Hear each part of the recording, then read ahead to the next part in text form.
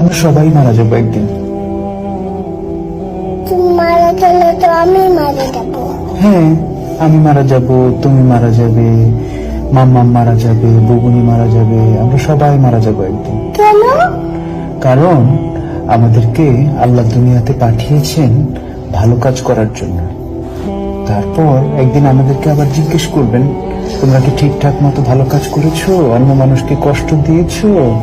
তোমরা কি মানুষের সঙ্গে ভালো ব্যবহার করেছো? মানুষকে ভালো কাজের দিকে ডেকেছো? এগুলো জিজ্ঞেস করার জন্য আল্লাহ আবার আমাদেরকে আল্লাহর কাছে নিয়ে যাবে।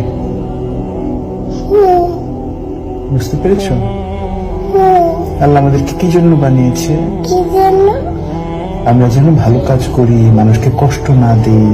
আল্লাহ দেখা দেয় না, আল্লাহকে দেখা দেয় না। না, আল্লাহকে দেখা যায় না।